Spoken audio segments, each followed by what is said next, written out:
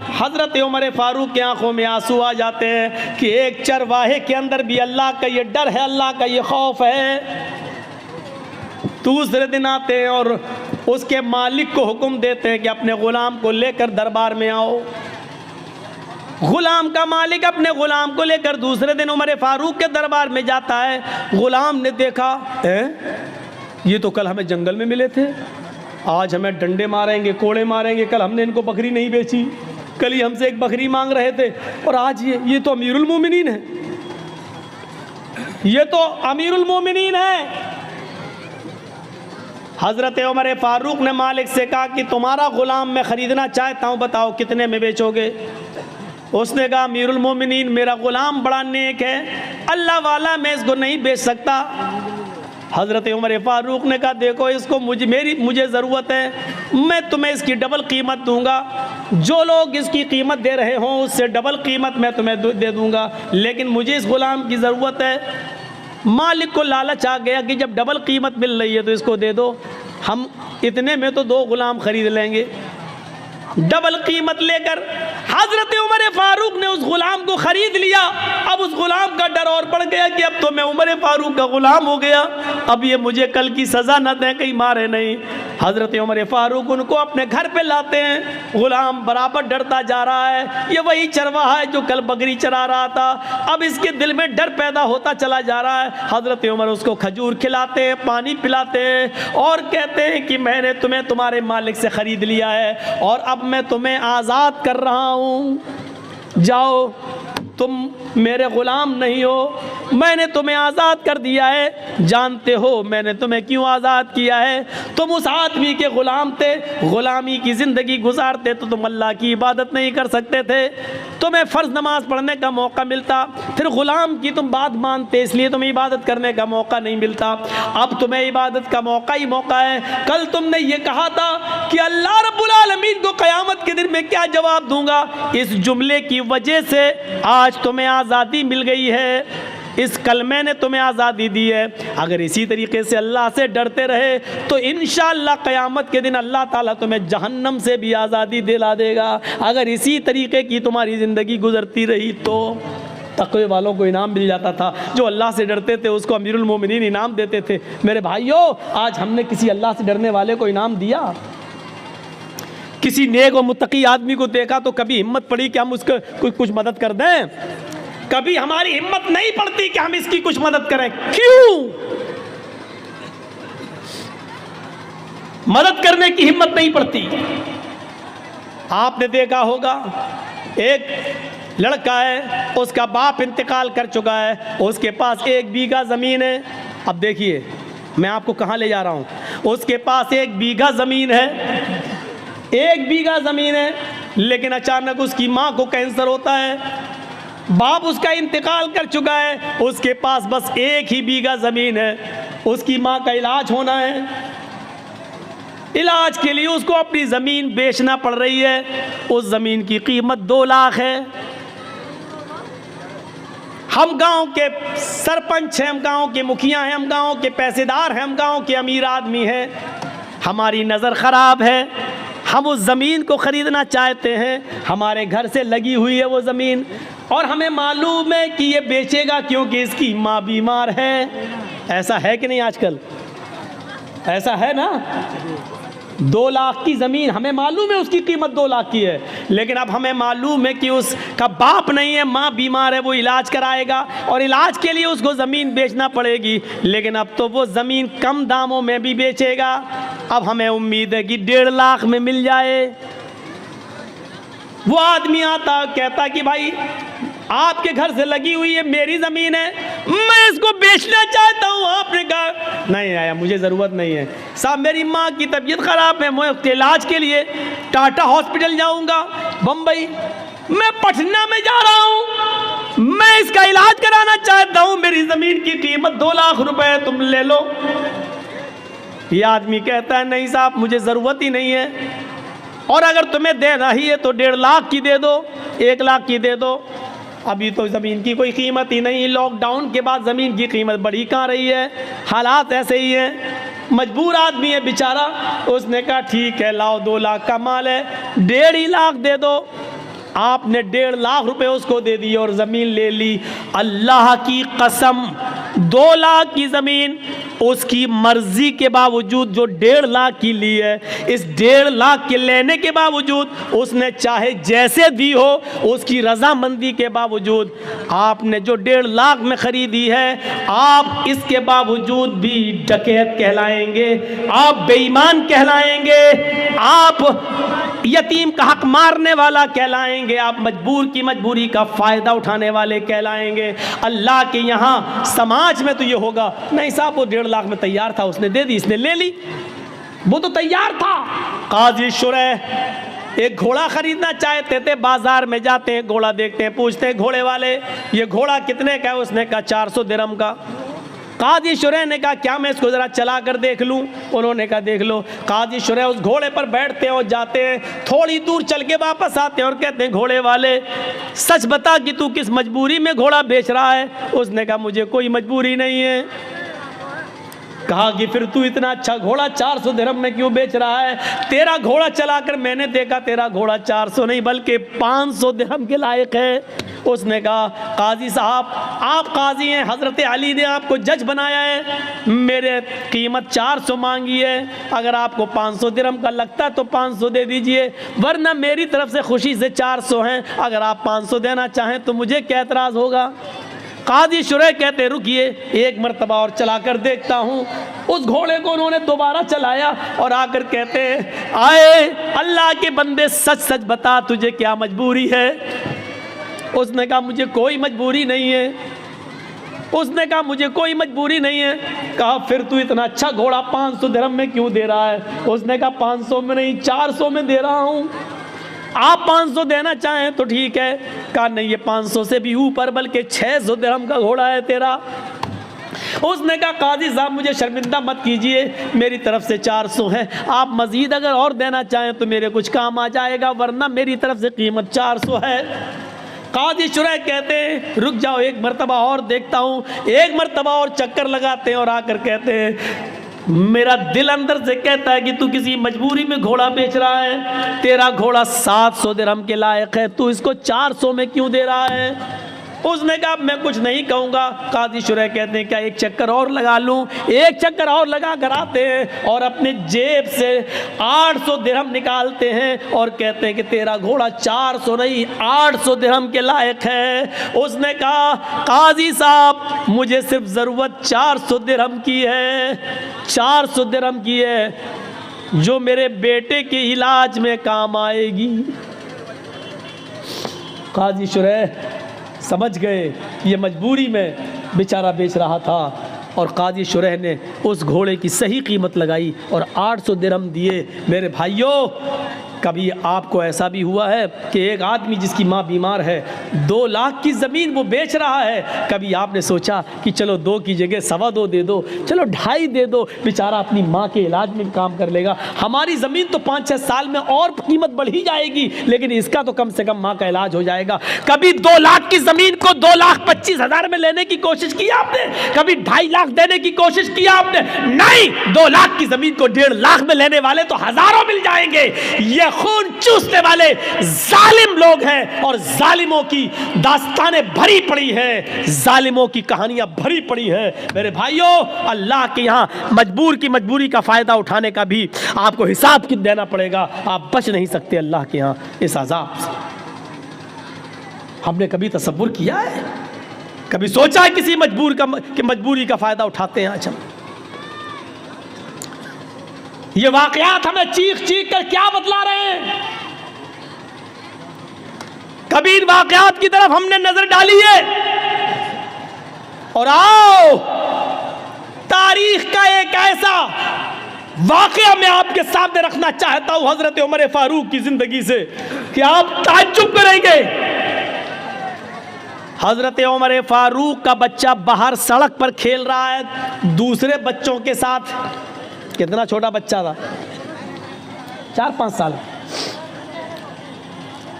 और सामने ऑफिस है बैतुल माल, और बैतुल माल के ट्रेजी कौन है, खजांची कौन है? हजरत अबू मूसा अशरी रजी अल्लाह ताला अन्हु। हजरत अबू मूसा अशरी, हजरत अबू मूसा अशरी बाहर निकलते हैं बैतुल माल के ऑफिस से, देखते हैं कि कुछ बच्चे बाहर खेल रहे हैं और वो दुकान से कोई चीज़ खरीद कर खा रहे हैं, लेकिन उमर फारूक का बच्चा कुछ नहीं खा रहा है। बाहर जब निकलते हैं तो एक दिरहम पड़ा है, सड़क पर एक दिरहम पड़ा हुआ है। एक दिरहम 1 रुपया, मान लो आज के हिसाब से 1 रुपया। एक दिरहम ज़मीन पर पड़ा, उसको उठा लिया। ये दिरहम किसका होगा पता नहीं। वो दिरहम हज़रत उमर फारूक के बेटे को दे दिया, लो बेटा ये लो, ये बच्चे कोई चीज़ खा रहे हैं, तुम भी खा लो।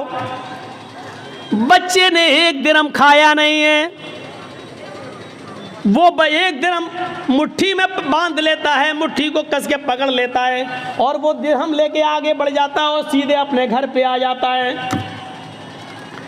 वो दिरहम लेकर सीधे अपने घर पे आ जाता है। हज़रत उमर फारूक की नज़र जब उस बच्चे के ऊपर पड़ती है, बाप की नज़र पहली नज़र में पहचान गया, एक हाथ खुला एक हाथ बंधा। बेटे ये मुट्ठी क्यों बंद है, खोलो। जैसी बच्चे ने मुट्ठी खोली तो उसमें से 1 दिरहम ज़मीन के ऊपर गिर गया। हज़रत उमर फारूक ने वो 1 दिरहम उठाया और उठाने के बाद कहा, मेरे बेटे सच बताओ ये 1 दिरहम तुम्हारे पास कहाँ से आया। बीवी से पूछा कि तुमने दिया, कहा नहीं मैंने नहीं दिया। कहा मैंने भी नहीं दिया। बेटा कहाँ से आया। कहा बैतुल माल के बाहर में खेल रहा था, अबू मूसा अशरी को ज़मीन पर पड़ा हुआ मिला चाचा को, और अबू मूसा अशरी चाचा ने ये 1 दिरहम को उठाकर ज़मीन से मुझे दे दिया कि और बच्चे चीज़ें खा रहे हैं, तुम भी बेटा कुछ खा लो। मैंने खाया नहीं है। अरे अब्बू घर में 1-2 दिन से चूल्हा नहीं जला, तो मैंने सोचा कि 1 दिरहम मेरे घर में काम आ जाएगा। हज़रत उमर फारूक कहते हैं, बेटे तुमने बहुत अच्छा किया, ये दिरहम लेकर तुम घर आ गए। फिर वो 1 दिरहम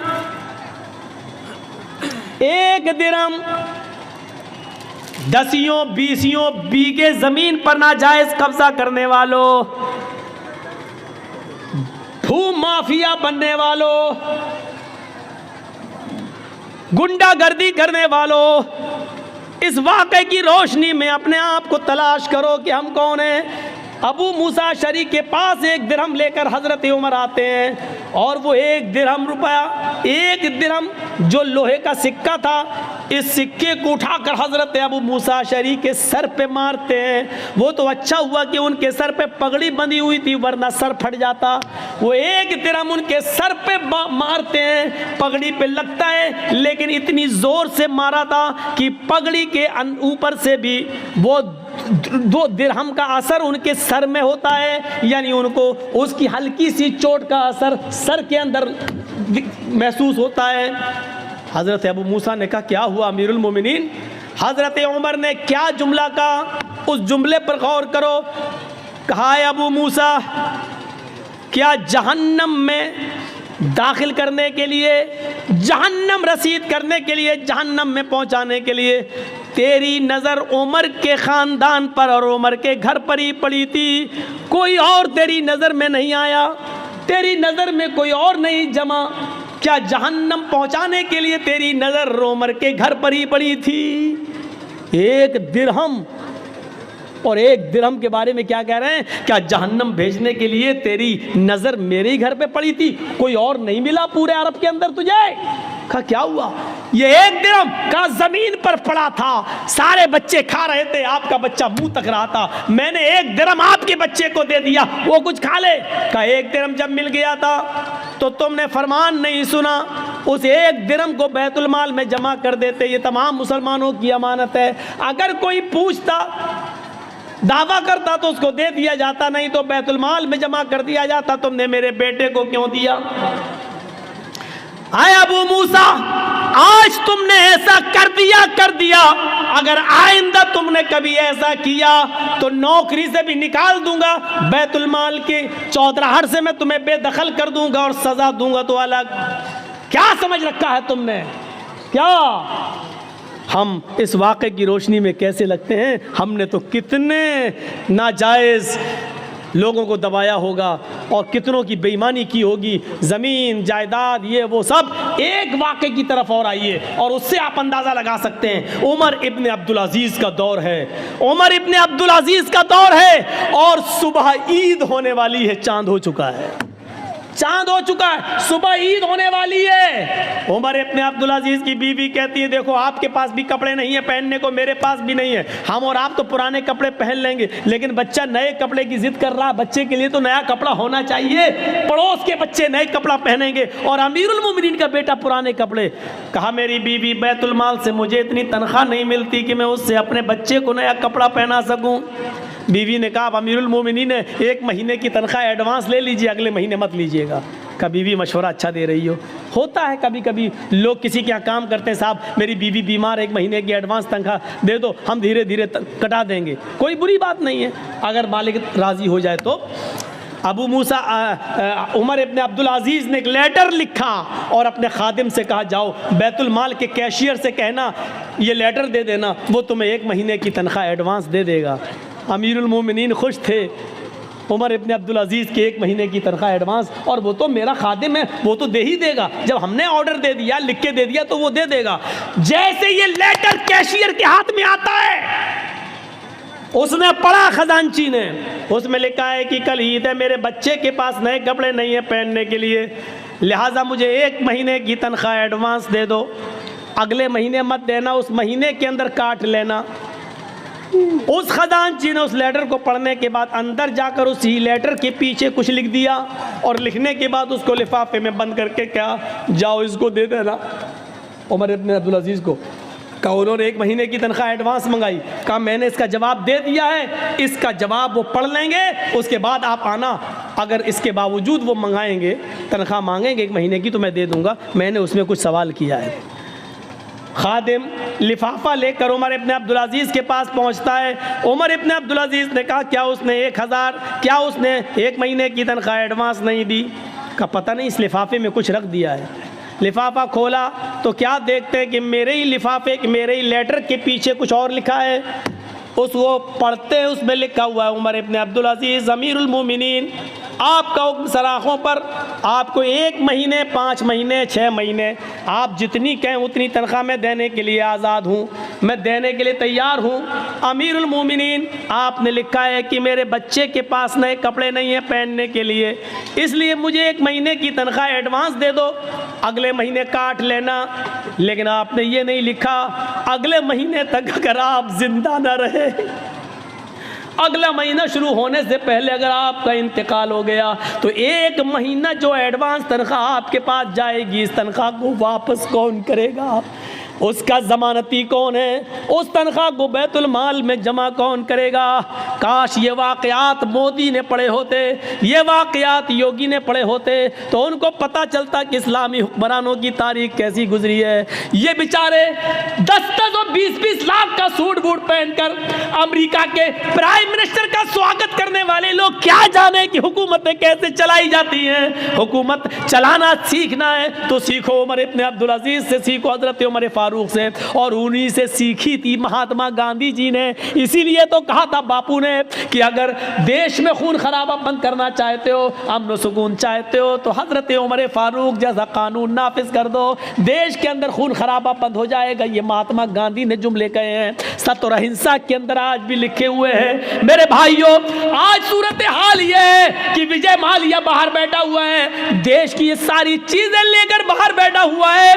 आज पूरे देश के गोदामों को अडानी और अंबानी के सुपुर्द कर दिया जा रहा है और देश का चौकीदार कुछ बोलने के लिए तैयार नहीं है। हजारों करोड़ की अफीम और गांजा और चर्स बंबई के एयरपोर्ट, बंबई के पोर्ट पर समंदर के ऊपर पकड़ी जा रही है, लेकिन मेरे भाइयों उसके मंगाने वाले को, उसके मालिक के को आज तक पूछने के लिए भी नहीं बुलाया जा रहा है। आज इस तरीके से हुकूमतें चल रही हैं। एक हुकूमत वो भी थी कि हजरत उमर फारूक का बेटा मुल्क के शाम के अंदर था और उसने रात के अंदर खजूर को रस को सड़ाया, निचोड़ा, वो नबीज बन गया।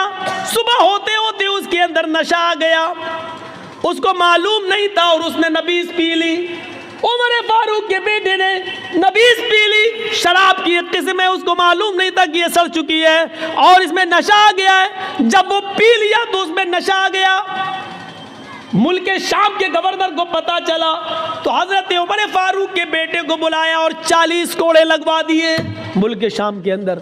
लेकिन मदीने में जब उमर फारूक को पता चला कि मेरा बेटे ने शराब पी ली और यह भी पता चला कि 40 कोड़े लग गए, लेकिन इसके बावजूद लेटर लिखा हमारे प्रयास को कि मेरे बेटे के लिए मैं घोड़ा भेज रहा हूं स्पेशल, उस घोड़े से मेरे बेटे को जल्दी वापस मदीने भेजा जाए। बेटा खुश था कि मेरे अब्बू ने कोई अर्जेंट काम के लिए बुलाया। जब हमारे प्रयास ने उस स्पेशल घोड़े से उमर फारूक के बेटे को भेजा, बेटा जब आया तो उसको उसकी माँ से नहीं मिलने दिया, कहा इसको हिरासत में लो। हिरासत में ले लिया अपने लखते जिगर को, अपने बेटे को, और उसको कहा जल्लाद से कि कोड़े लगाओ, 40 कोड़े इसको मेरे सामने मारो। बेटा कहता है अमीरुल मोमिनीन, आए अब्बू जान, एक जुर्म की 2 बार सजा कैसे? 40 कोड़े की सजा तो मैंने मुल्क शाम में खा ली है, धोखे से नशे वाली चीज पी ली, इसके बावजूद मैंने 40 कोड़े वहां खा लिए, फिर यहां क्यों मारा जा रहा है? कहा पहला जल्लाद 10 कोड़े मारेगा, उसके बाद दूसरा मारेगा, क्योंकि 10 के बाद वो थक जाएगा, फिर जितनी जोर से मार पड़नी चाहिए उतनी जोर से मार नहीं पड़ेगी। 40 कोड़े दूसरे जल्लादों से पड़वाया। बेटा कहता रहा अब्बू जान, एक जुर्म की डबल सजा, ये बेइंसाफी है। हजरत उमर कहते रहे बेटे मुझे हमारे प्रयास पर भरोसा नहीं है, का अल्लाह की कसम उन्होंने कोड़े मारे लगवाए, हाँ मैं जानता हूं कोड़े लगवाए, लेकिन मेरा दिल कहता है कि हमारे प्रयास ने रियायत बरती होगी, जितनी जोर से कोड़े मारना चाहिए उतनी जोर से नहीं पड़े होंगे, इसलिए कि आप अमीरुल मोमिनीन के बेटे हैं, उमर फारूक के बेटे हैं, ये सोचकर जल्लादों ने हल्के हल्के कोड़े मारे होंगे। आज असली कोड़े अब पड़ेंगे तुम्हारे ऊपर। जब अपनों को सजा देने का रवाज था तो जराइम बंद थे, जब अपनों को बचाया जाता है तो जराइम का अंबार लगता है और जराइम पैदा होते हैं। सीखो, हुकूमत ऐसे चलती है। आए उमर इब्ने अब्दुल अजीज, आपको अगर 1 महीने की तनख्वाह दे दूं एडवांस, अगले महीने अगर आप जिंदा नहीं रहे, इंतकाल हो गया, तो 1 महीने की ये तनख्वाह वापस कौन करेगा?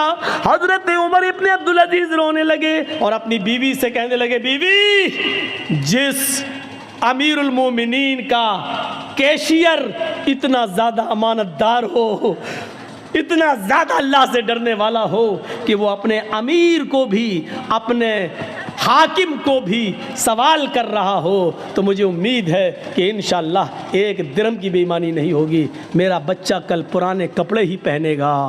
1 महीने की तनख्वाह में एडवांस नहीं लेंगे, क्योंकि हमें ये मालूम नहीं है कि अगले महीने हम जिंदा रहेंगे भी या नहीं रहेंगे। मेरे भाइयों, ये वाक़यात हमें झंझोड़ देते हैं, ये वाक़यात हमें झंझोड़ देते हैं अंदर से। वो कौन सा मंजर था? यही उमर इब्ने अब्दुल अजीज थे,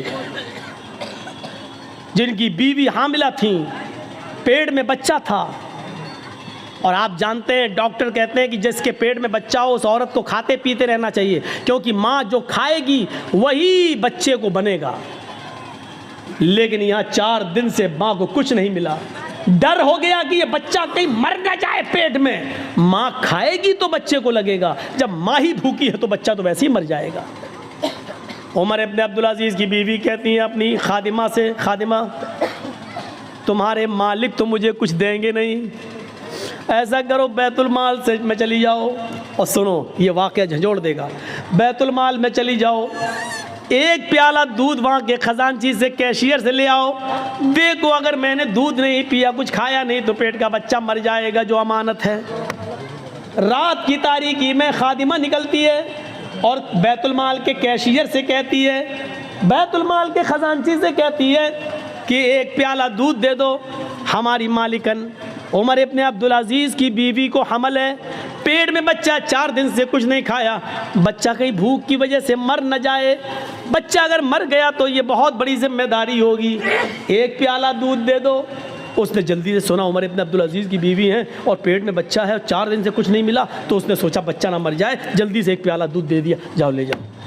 रात का तकरीबन यही टाइम होगा, 2:30। उमर इब्न अब्दुल अजीज़ उठ चुके थे, कुएं के पास बैठकर वज़ू बना रहे थे। उन्होंने दरवाज़ा खुलते हुए देखा। थोड़ी देर के बाद देखते हैं कि एक औरत, हमारी खादिमा, चादर में कुछ छिपाए हुए चली आ रही है। उमर इब्न अब्दुल अजीज़ ने देखा कि वो मेरी बीवी के कमरे में चली गई। ये पीछे से कमरे में जाते हैं तो कहते हैं कि तुम कौन? कहा मैं आपकी खादिमा। क्या दे रही हो मेरी बीवी को? क्या देखते हैं कि मेरी बीवी के हाथ में दूध का प्याला है। उमर इब्न अब्दुल अजीज़ ने कहा तुम्हें उस ज़ात की कसम जिसके कब्ज़े में हम तुम दोनों की जान है, जब तक मुझे हिसाब न दे दो कि ये दूध कहाँ से आया, मैं तुम्हें पीने की इजाज़त नहीं देता। उमर इब्न अब्दुल अजीज़ की बीवी ने दूध का प्याला रोक लिया। कहा अमीरुल मोमिनीन, मेरी नीयत पे शक मत करिए, 4 दिन से सिर्फ पानी पी रही हूँ, खाने पीने को कुछ नहीं है। आपकी अमानत मेरे पेट में पल रही है, अगर ये भूखी रह गई, अगर मुझे कुछ नहीं मिला तो इसकी भी परवरिश नहीं होगी और ये पेट में मर जाएगा। इसलिए मैंने 1 प्याला दूध बैतुल माल से मंगवा लिया। फरमाया मेरी बीवी, बैतुल माल के 1 प्याला दूध को लेने के लिए हमें बैतुल माल के सारे मुसलमानों को जमा करना पड़ेगा। जब वो हमें खुशी खुशी इजाज़त दे दें कि 1 प्याला दूध तुम अपनी बीवी को दे सकते हो, तब तुम्हारे लिए जायज़ होगा। बिना उनकी इजाज़त के हम तुम्हें दूध नहीं दे सकते। कहा अमीरुल मोमिनीन, आपने इतने दिन खिदमत की है, क्या आपको इजाज़त नहीं देंगे? देखिए मुझे डर है कि ये बच्चा कहीं मर न जाए, इसलिए मुझे पीने की इजाज़त दीजिए। अच्छा चलिए उधार ही सही, जब आपको तनख्वाह मिलेगी तो 1 प्याला दूध वहाँ वापस कर दिया जाएगा।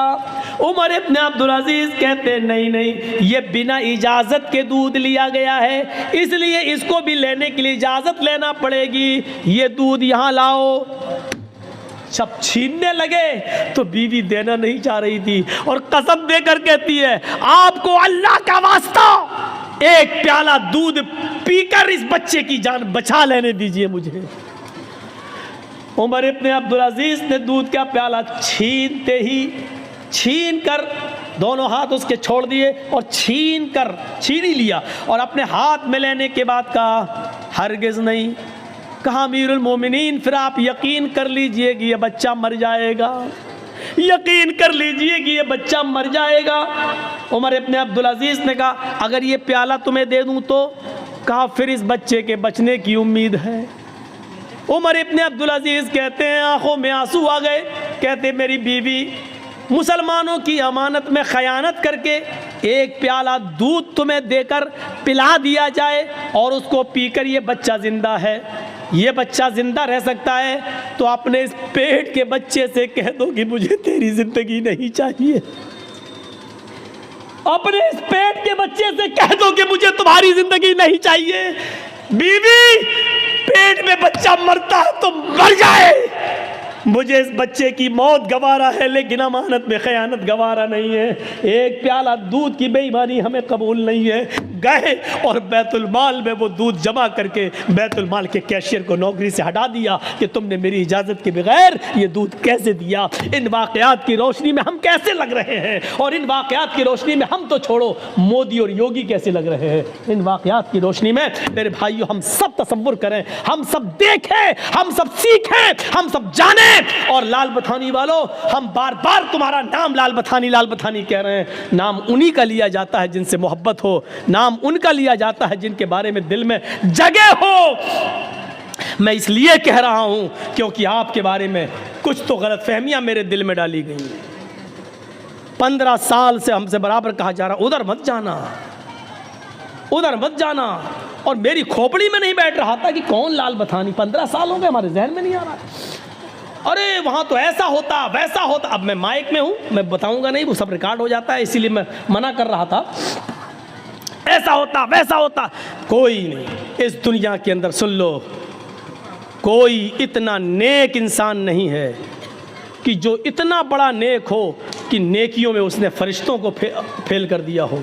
कोई इतना बड़ा नेक भी नहीं है कि उसकी इबादतें इतनी ज़्यादा हो कि उसने फरिश्तों को से आगे निकल गया हो, और इस दुनिया में कोई इतना गुनाहगार भी नहीं कि गुनाहों में उसने इबलीस से भी वो आगे बढ़ गया हो।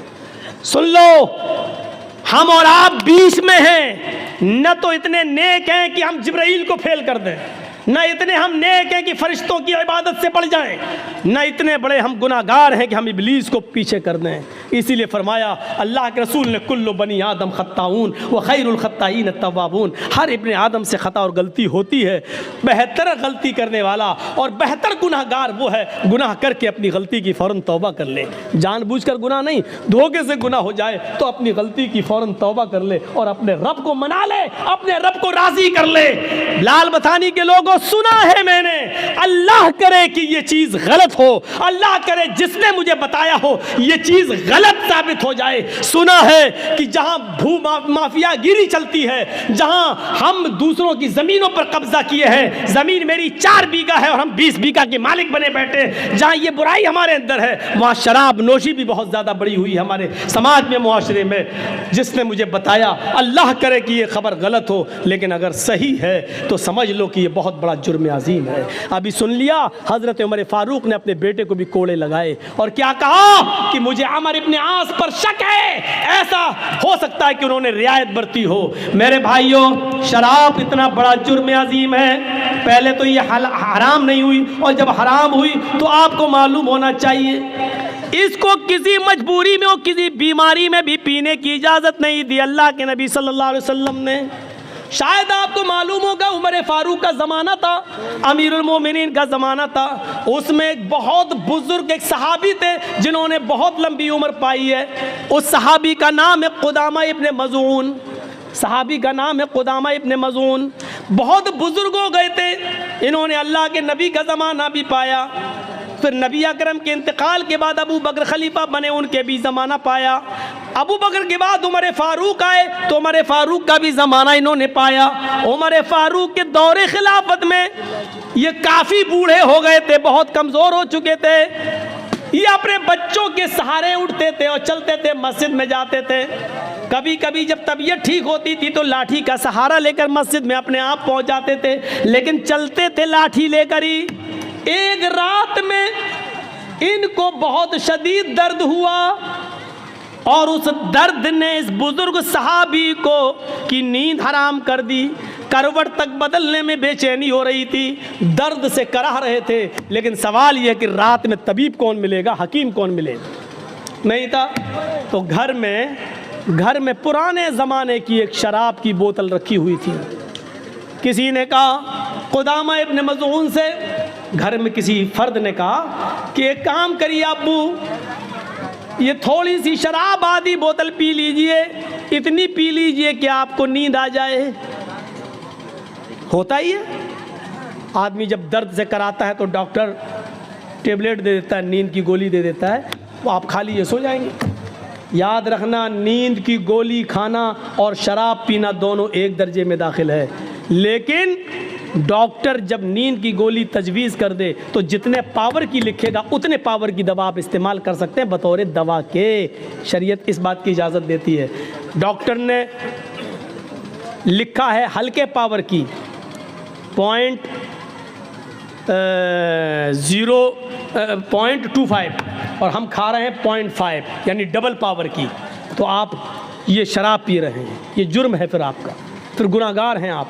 डॉक्टर अगर आपको लिख रहा है 54 भर की और आप खा रहे हैं 8 आने भर की, तो इसका मतलब ये है कि आप शराब पी रहे हैं। डॉक्टर के मशवरे के मुताबिक, डॉक्टर वो भी MBBS MD डॉक्टर जो दवाओं में माहिर, झोला छाप नहीं जो साइकिल लेके दौड़ते रहते हैं और ख़ुद मरीज़ ढूंढते हैं, इनका ये नहीं, इनको तो खुद ही नहीं मालूम होते कि कौन से पावर की दवा इस्तेमाल की जाए। तो कुदामा इब्ने मज़ून को किसी ने कहा कि आप शराब पी लीजिए, इतनी पी लीजिए कि आपको नींद आ जाए, क्योंकि मजबूरी है, आप दर्द से कराह रहे हैं, आप कम से कम आराम से सो जाएंगे। कुदामा इब्ने मज़ून ने सोचा कि हाँ चलो मजबूरी है, दर्द की वजह से, हम कोई शराबी थोड़ी हैं, हराम हो चुकी है, लेकिन दर्द हो रहा है तो बतौर दवा के हम इसको इस्तेमाल कर लेते हैं। तो कुदामा इब्ने मज़ून ने बुढ़ापे में थोड़ी सी शराब पी ली, इतनी पी ली कि उनको नींद आ गई। अस्सलामुअलैकुम दोस्तों, उम्मीद करता हूँ कि आप सभी हजरात को मौलाना जर्जी साहब का बयान अच्छा लगा होगा। अगर अच्छा लगा है तो हमारे चैनल को कर देना सब्सक्राइब, वीडियो कर देना लाइक। मिलते हैं नेक्स्ट वीडियो में। खुदा हाफिज़।